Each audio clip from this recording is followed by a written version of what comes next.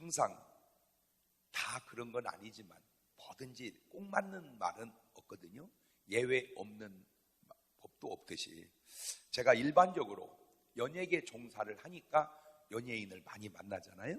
연예인들을 보면 확실히 대부분이 예뻐요. 어떤 그 개성을 가지고 이제 연예인이 된 분들은 뭐 꼭 인물과 상관없이 되는 분도 있지만 제가 이렇게 보면 참 이뻐요. 확실히 일반적으로.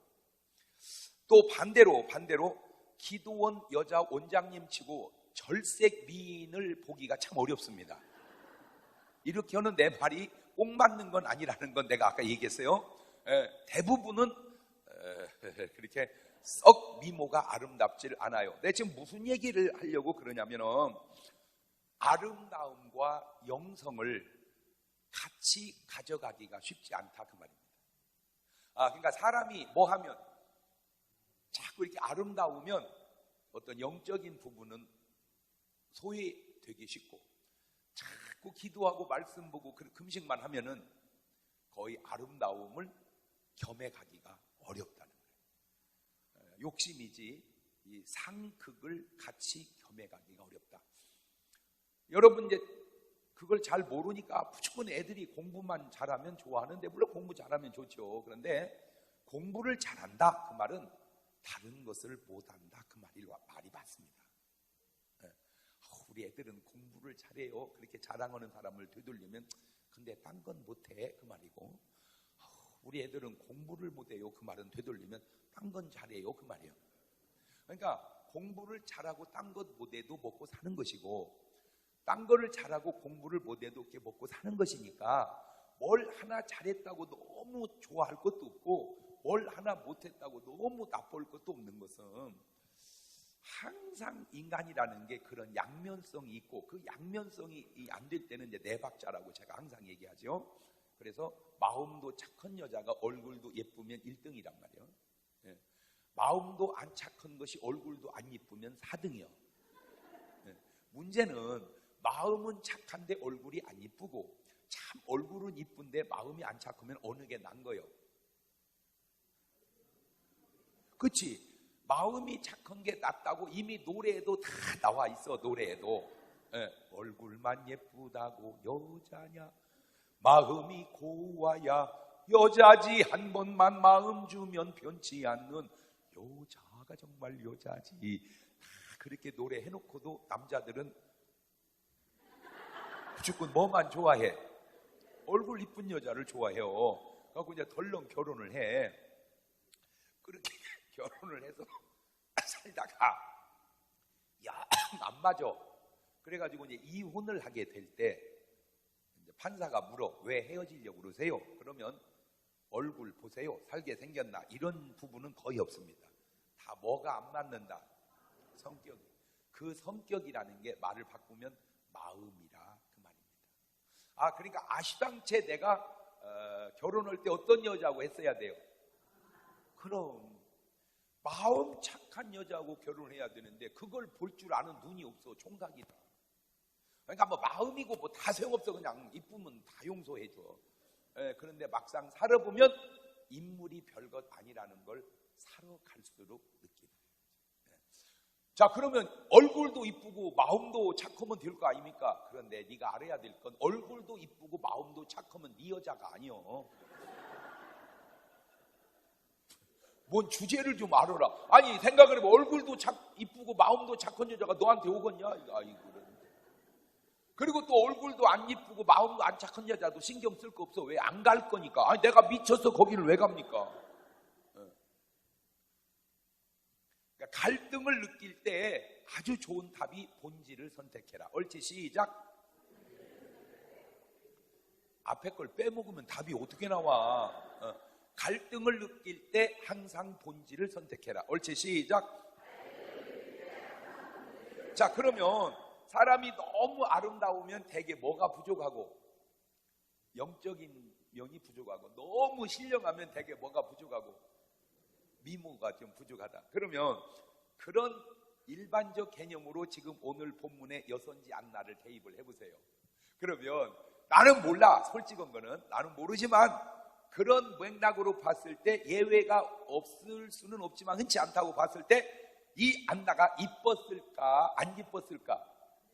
안 이뻤을 확률이 많다는 거지 내가 볼 때. 왜냐하면 이뻤어도 그렇게 살면 이제 뭐 해져? 안 이뻐져. 안 이뻐져. 자, 성전을 떠나지 아니하고 금식하며 기도하는 여자, 그런 여자에게 무슨 아름다움이 있겠냐면, 아름다움을 하려면 어떻게 해야 돼요? 가꿔야 됩니다. 나무든 사람이든 여자든 뭐 해야 돼요? 가꿔야 돼. 근데 이분은 지금 가꿀 새 없고 그냥 뭐만 하는 거예요. 그냥. 물론 어떤 금식에서 오는 아름다움도 있겠죠. 기도를 통해서 오는 아름다움도 있을 거야. 그러나 일반적인 아름다움은 좀 없을 것 같다. 이게 상황상. 예. 그런데 내가 하고 싶은 얘기가 뭐냐면, 그렇게 인간적 눈으로 볼 때 별것 없는 여자를 하나님은 온통 관심을 갖고 계시더라. 그 얘기예요. 나는 오늘 이렇게 여러분은 뭐 사람이 어떻다 저떻다를 떠나서 하나님이 관심을 갖는 사람 되시기를 주의 이름으로 축원합니다. 우리 두 손을 가슴에 얹고 나는 하나님이 관심을 갖는 사람이 되리라. 옳지, 시작. 근데 이 사람이 지파가 아셀 지파라고 그랬어요. 아셀 지파. 이 아셀이라는 게 야곱의 부인이 몇 명이었어요? 4명이었어. 야곱의 부인이 레아가 있고, 그 다음에 라헬이 있고, 이 레아의 몸종이 있고, 빌하와 실바가 이렇게 몸종이 있단 말이에요. 몸종. 그 몸종 가운데 실바라는 여자가 있어. 요 몸종 중에 이 실바라는 여자가 첫 번째 아들을 갓을 낳고 두 번째 아들이 아셀이란 말이에요. 그러니까 야곱의 부인 레아의 여종 실바의 둘째 아들. 그러니까 이게 순서대로 하면 8번째 아들입니다. 8번째 아들. 그러니까 솔직하게 말하면 레아의 친자식이나 라헬의 친자식보다는 몸종의 자식이니까 어떤 좀 밀리지, 이렇게 자식 중에서도 좀 밀리는 그런, 그러니까 별 썩 좋은 집안은 아니었다. 그 다음에 바누엘의 딸이다. 이 바누엘이라는 게 하나님의 시선이다. 하나님의 시선, 하나님이 바라보고 계신다 라고 하는 사람의 딸, 안나야. 안나라는 그 뜻은 요즘 말로 말하면 은혜라는 말입니다. 은혜. 제가 안나 그러면 은혜. 그래서 안나. 그러니까 요즘에는 뭐라는 이름을 많이 지어 여자들. 은혜요, 은혜. 하여튼 은혜라고 치면 되게 목사님 딸이요. 우리 딸도 은혜거든. 뭐 최은혜, 장은혜, 김은혜. 대개 보면 목사님 딸 아니면 최소 장로님 딸은 돼. 자, 이 여자가 시집을 갑니다. 몇 살에 갔는지는 안 나오는데, 적어도 여러분이 여자 중에 내가 살아보니까 뭐 가정 형편, 뭐 이런 지식 이런 걸 다 떠나서 그냥 건강으로 봤을 때 몇 살쯤 시집 가는 게 제일 좋을 것 같아요. 여러분을 이렇게 보니까 20, 26. 그러니까 내가 보니까 여자는 시집을 25이나 26살에 가는 게 좋겠다. 또 다른 의견. 그냥 25, 6에 결정이 난 겁니까? 거기는 몇 살? 32. 그런데 잘 들으세요. 이제 제가 이렇게 나이가 좀 이제 들다 보니까 굉장히 지혜롭고 깨달은 말을 내가 많이 해. 설교 속에도, 인생 속에도. 이게 그냥 일반인이 깨닫는 거하고는 좀 차원이 다른, 그게 내가 동치미 할 때 한마디 한마디 하는 게 일반 사람 얘기하는 거하고는 다르지요, 진짜. 그죠? 잘 들어봐요. 뭐 상관은 없습니다. 내가 볼 때 출발을 하기로 치면 13살에서도 시집은 갈 수 있을 거야. 그지? 뭔 말인지는 알지? 뭐 13살도 시집을 갈 수 있어. 뭐 늦게는 뭐 50살에도 갈 수 있고, 뭐 아무 때나 갈 수 있는데, 문제는 이건 너무 일러. 이건 너무 늦고. 그러면 언제가 제일 좋냐? 중간이 제일 좋은 게 아니요, 장로님. 중간이 제일 좋은 게 아니고 가능한 한 빨리 완숙됐을 때가 좋다. 그러니까 20살에 애가 연걸었으면 20살에 가는 게 좋고 19살에 연걸면 19살에 가는 게 좋고 21살에 연걸면 21살에 가는 게 낫다. 그러니까 너무 안 연그른 거를 시집 보내는 거는 좀 문제지만 어느 정도만 연글면 빨리 갈수록 좋다는 이유가, 자, 어차피 일찍 가도 장단점은 있고 늦게 가도 장단점은 있어요. 그러나 그 장단점을 비교를 하고 복합적으로 따졌을 때, 자, 일반적으로 제가 추천하는 나이는 여자는 23에서 27살 사이에 가는 게 좋고, 남자는 25에서 29살 사이에 가는 게 일반적으로는 제일 좋을 것 같아, 내가 볼 때는. 근데 이게 빠르도 괜찮아. 그럼 왜 그러냐면, 잘 보세요. 내가 40살에 결혼을 하면은 바로 가서 아기를 낳아도 내가 60살 될 때 아들이 20살이야. 그러죠? 그러니까 내가 회갑 때 애가 20살밖에 안 돼. 그런데 내가 20살에 결혼을 하면은 또 아들을 20살에 보내고 또 아들을 20살에 보내면 내가 60 됐을 때 아들이 40이고 손주가 20살이라 그 말이야. 그렇지? 그러면 잘 생각해보세요. 내가 회갑이었을 때 아들이 20살이다. 내가 회갑이었을 때 아들은 40살이고 손자가 20살이다. 계산이 딱 나오지? 그렇지? 그러니까 뭐 돈을 벌었네, 고생을 했네, 뭐 그런 것도 이제 복합적으로 따지지만 일반적으로 그냥 얘기를 했을 때 더 중요한 것 가운데 하나가, 이제 잘못 살았을 때는, 부부가 잘못 살았을 때는 빨리 만난 게 후회하면서 살으니까 싫겠지만, 잘 살았을 때는 빨리 만나도 아쉬워. 더 일찍 만날 걸. 이렇게 뭔 말인지 이해가 되지? 그러니까 혼자 살아가는 삶보다 둘이 살아가는 삶이 훨씬 낫더라. 그러니까 뭐 이게 좋다 저게 좋다 어떤 억지 소리 하지 말고, 일반적으로 혼자 잘 살고 둘이 잘 살면 둘이 잘 사는 게 낫고, 혼자 못 살고 둘이 못 살면 둘이 못 사는 게 낫다는 거지. 옳지? 시작.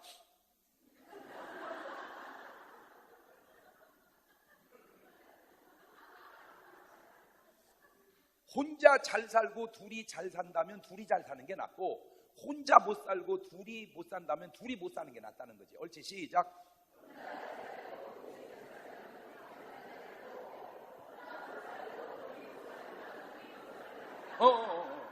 근데 이제 이런 경우는 있지. 혼자는 잘 살고 둘이 못 산다면 어느 게 나을까? 그렇지. 혼자는 잘 살고 둘이 못 산다면 둘이보다 혼자가 낫다고 말하는 거지만, 그래도 둘이 낫다고 말하고 싶어, 나는. 그러니까 뭐 해도 낫다. 못 살아도 잘 살아도 낫다. 왜냐면 잘 살았다 못 살았다고 하는 그거는 뭐 맞았다 안 맞았다, 사랑했다 미워했다, 이제 이런 걸로 말하는데, 벌었다 못 벌었다, 고생했다 안 했다 그러는데, 아무리 지가 혼자 잘 살면 뭐해요? 애가 없잖아. 그죠? 지가 혼자는 아무리 잘 살아서 뭐 혼자 총각 대통령이 되고, 뭐 총각 뭐 기업인이 되고, 뭐 총각 뭐 별장을 10개 갖고 있고, 뭐 총각 요트를 갖고 있고, 다 좋아 뭐. 근데 애가 없잖아. 애가. 이게 왜 문제냐면, 애가 없으면 손주가 없어요.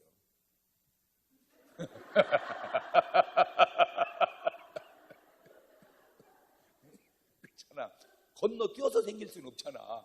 아니 30살에 나면 아들이고 60에 나면 손자입니까?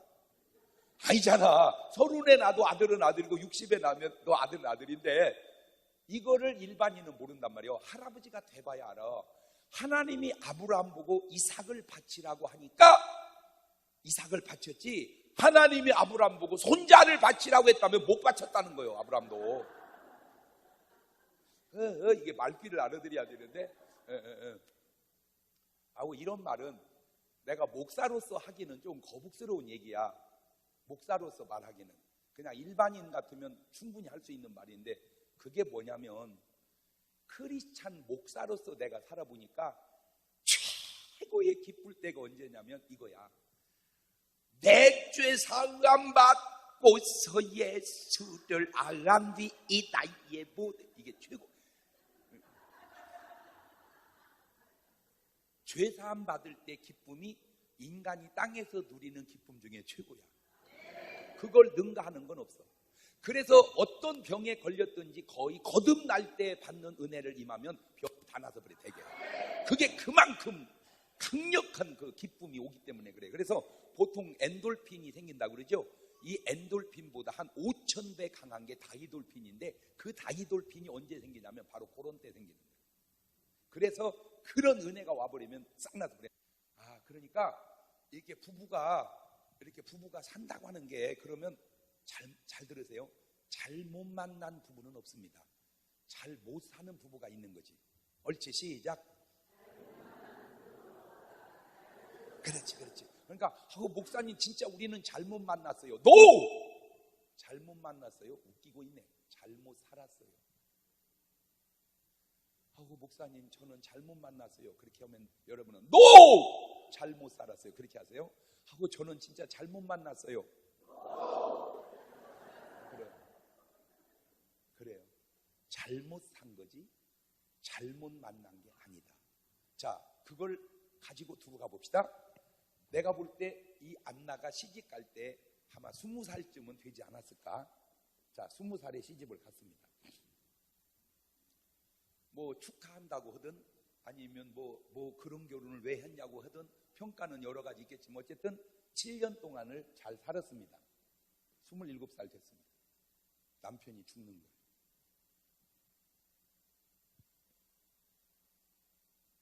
그 전과 그 후가 같은지 다른지는 모르지만 그렇게 믿음 좋은 여자가 그때는 없었다. 그때부터 좋아졌을 수도 있지만 일반적으로 그렇게 믿음 좋은 여자가 뭐가 죽은 거예요 지금? 남편이 죽은 거예요. 사람들이 좋게만 얘기하겠습니다. 사람들이 그럼 뭐 살다 보면 뭐 남편이 죽을 수도 있지 이렇게 이해하는 쪽으로, 특별히 시댁 쪽에서는 뭐라 그러겠어요? 잡아먹었다. 저 작것이 우리 아들 잡아먹었다고. 뭘 잡아먹어? 죽은 거지. 그런데도 그렇게 하는 거야. 말. 참 사람들 말하는 거 보면 진짜 멋대가리도 없고 기준도 없고 개판이야. 지들 편리한 대로 얘기를 해. 그런데 이제 중요한 게 이겁니다. 어찌 보면 삶을 남편 따라 포기하고 싶은 것 같은. 자, 그러면 그 상황이면 그게 2000년 전 얘기인데 그 상황이면 다 여선지 안나처럼 착하게 사는 것만은 아니요. 라이프 스타일이 굉장히 다양한데 다말이라는 여자는 에르하고 결혼을 합니다. 에르하고 결혼했는데 이 신랑이 악해갖고 죽어요. 그러니까 이제 이스라엘 사람들 관습법에 의하면 형이 아기가 없이 죽으면 어떻게 해요? 이제 시동생 오난이야. 오난하고 이렇게 이제 사는 거예요. 그러니까 이제 오난은 누구하고 사는 거예요? 이제 형수하고 사는 거야. 근데 이 오난도 이게 지금 형 닮아서 그런지 이름이 좀 고약한 게 어쩔 수 없이 결혼을 하니까 이제 형수가 부인됐잖아. 그리고 이제 잠자리를 하다가 임신을 시키려고 보니까 이거 임신해봐야 내 아기가 안 되고 누구 아기가 돼버려. 형 아기가 되니까 설정을 해버려. 이 설정이라는 게 뭐냐면 질외 사정을 했다 이 말이야. 요즘 말로 말하면 뭘 안 시켜주려고, 아기를 안 낳아주려고. 그러니까 하나님 이놈 새끼 봐라 이거 싸가지 없는 거 쳐서 죽여버렸어요. 그러니까 또 죽어버렸어. 그러니까 이게 벌써 집안이 뭔 집안인지 알겠지 이거. 아니 내 아기를 낳든 형 아기를 낳든 집안이 우애가 있으면 그냥 낳아야지 이 자식아. 형 아기 안 만들겠다고 그냥 죽어버렸어. 그러면 이제 이 다말 입장에서는 지금 남편 둘을 어떻게 한 거예요? 죽인 거잖아. 그러면 다소곳이 참고 있다가 요 막내둥이 이놈이 하나 더 크면은 또 이게 결혼을 될 텐데 그 새를 못 참고 얘 아버지가 유다야. 그러니까 얘 시아버지지. 이 유다하고 붙어갖고 쌍둥이를 낳아. 그게 다말이요. 저 시아버지야.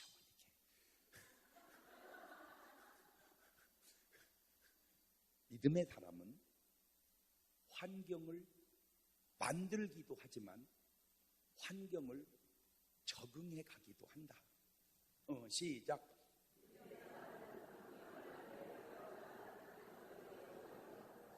그러니까 믿음으로 환경을 변화시키기도 하지만 이게 변화가 안 될 때는 어떻게 하는 거예요? 그냥 이겨나가는 거예요.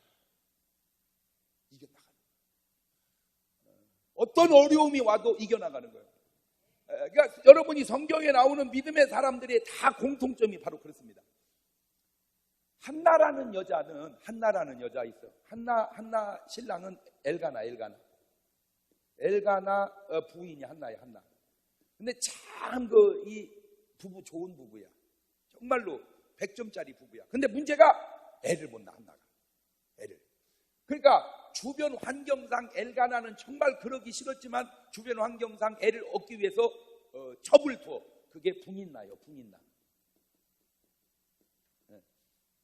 그러니까 이제 분인나는 한나에게 뭐요 저게? 작은 마누라? 첩. 그러면 어쨌든 여기가 우애잖아. 이게 진짜 이때 목회를 했어야 내가 신방을 가가지고 이거 보리장머리를 고쳐놓는데 보세요. 4천년 전에 살건 2천년에 살건 지금 살건 인간은 인간이 살아야 할 도리가 있는 거예요. 자세. 분인나가 이런 자세로 살았어야 돼요. 형님 너무 걱정하지 마세요. 형님 착하고 기도하니까 언젠간 아들을 주실 거예요. 기구원 운명이라 형님이 애만 낳았으면 뭐 집안이 이렇게 복잡해졌겠습니까? 형님이 애를 못 낳아서. 그런데 제가 형님 위해서 기도할 때마다 기도하고 어젯밤에도 신랑이 그냥 방으로 온다고 그러길래 내가 형님한테 가라고 그래 했어요. 어제 같이 주무셨죠? 뭐 이리 하면 그 여건은 그렇다 치지만 얼마나 그 우애하고 참 고마 뭐라고 해야지? 그 본부인이 첩부고 동서도 아니고 이거 뭐라고 불러야 돼? 뭔 말인지는 나르는 듣고 있어요? 내가 본부인인데 애를 못 낳아 갖고 남편이 첩을 얻었단 말이에요. 그 첩을 본부인이 뭐라고 부르냐 그 말이에요. 동서? 동생? 아 동생이라고 하는 거요? 그래. 그러면 동생 고마워. 이러면 이제 그래도 어쩔 수 없는 환경. 어이 저것이 말이요. 아이고 본부인이면 뭐대 애도 못 낳는 주제에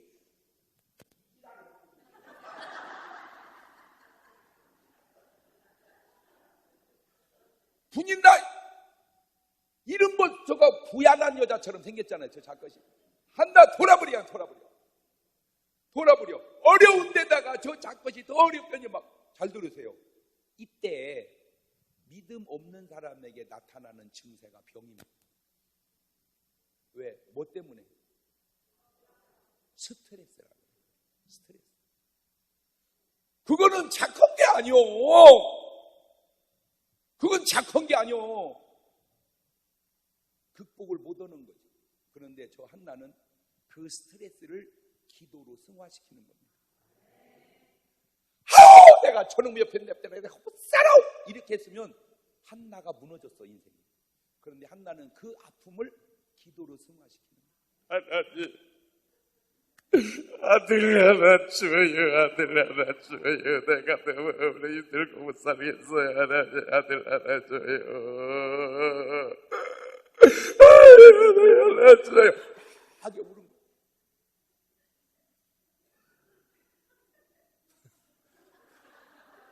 어차피 제가 연예계 종사하잖아. 따로 어떻게 뭐 연극 연습할 시간이 없잖아. 그러니까 그냥 겸해서 하는 김에 하는 거예요. 아들 하나 줘요. 아들 하나 줘요. 하고 그러니까 지금 내가 얘기하는 건 믿음으로 환경을 변화시키고 변화가 안 되면 믿음으로 환경을 적응을 해라. 그러니까 뭐가 많을수록 좋아. 이 한나는 스트레스가 많을수록 뭐가 세져. 그렇지. 지금 이 안나가 그 환경 때문에 뭐가 된 거예요 지금. 그럼 꼭 맞는 건 아니지만 기도원 원장님, 여자 원장님 남편치고 믿음 있는 사람이 별로 없습니다. 참 속색이에요. 그 왜 기도원 여자 원장님 남편은 속색일까? 연구하다가 알아냈어. 하도 신랑이 속색이니까 그 신랑 위해서 기도하다 능력받아서 원장 되는 거예요. 그럼 왜 여러분은 기도원 원장이 안 되냐? 속을 썩이다 말아버려서 그래요.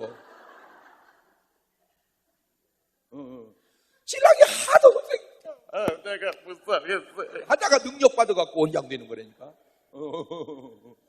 그러니까 살다가 생긴 어려움은 믿음이 있으면 아무래도 적겠지만 있어도 생길 수 있다 이거요. 그거를 믿음으로 이겨나가고 승화시켜 가자. 할렐루야. 그래서 요한복음 16장 33절에 이런 말이 있어요. 시작. 이것을 너희에게 이름은 너희로 내 안에서 평안을 누리게 하려 함이라. 세상에서는 너희가 환난을 당하나 담대하라. 내가 세상을, 그러니까 믿음이 있다고 해서 환난도 없어지는 건 아니라니까. 환난은 있어. 근데 믿음으로 환난을 어떻게 하는 거예요? 이겨나가는 거야. 이겨나가는 거야. 뭘로? 기도로. 자, 누가복음 2장 36절을 이제 다시 돌아가 봅니다. 시작. 또 아셀 지파 바누엘의 딸 안나라 하는 선지자가 있어 나이 매우 늙었더라. 그가 출가한 후 7배 동안 남편과 함께 살다가 과부된 지 84년이라. 이 사람이 성전을 떠나지 아니하고 주야에 금식하며 기도함으로 섬기더니. 인간적인 눈으로 보면 이런 여인에게 무슨 매력이 있고 무슨 소망이 있겠습니까? 아마 본인도 그렇게 인정했을 것 같아.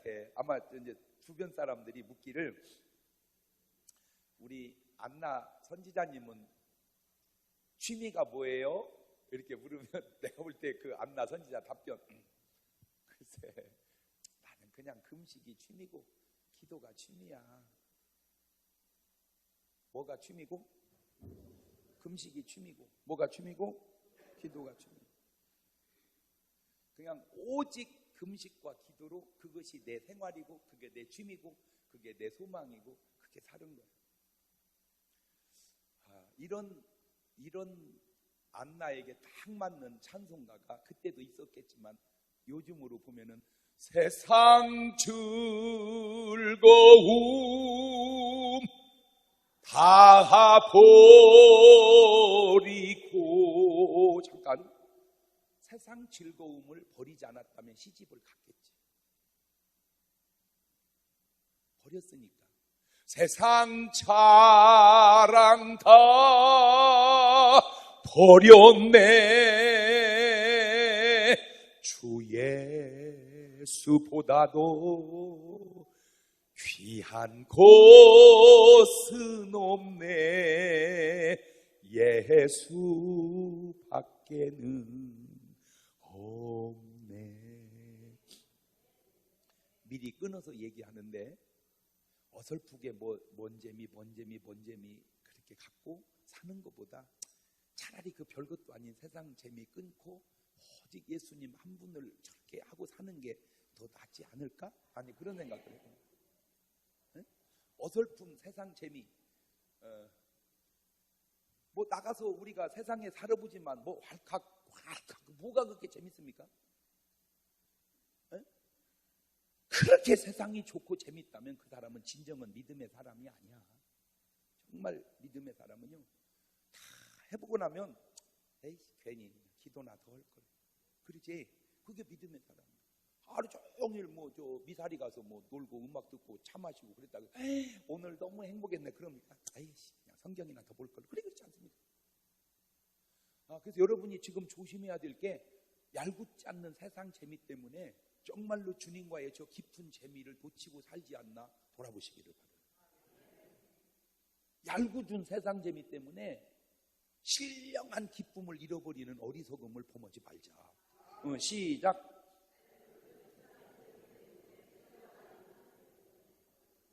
자, 이때에 이 안나라는 여자가 111살 때에 예수님을 만납니다. 근데 이거는 굉장히 중요합니다. 왜냐하면 이 안나는 아무 소망이 없어요. 잘 입고 싶은 것도, 잘 먹고 싶은 것도, 얼굴 이쁘고 다 소망 없어. 딱 소망이 하나 있어. 그게 뭐예요? 예수님 만나는 거예요. 그걸 몇 년을 기도했어? 84년을. 그런데 84년 동안 기도해 온 이 기도를 주님이 응답을 안 해주고 예수님 못 만나고 죽었다면 그래도 어쩌겠냐마는, 내가 너무 주님이 고마운 것은 그렇게 오랜 동안 한 기도를 외면하지 아니하시고 주님 만나게 해주는 주님이라는 게 나는 그렇게 고마울 수가 없어서 그래. 박수.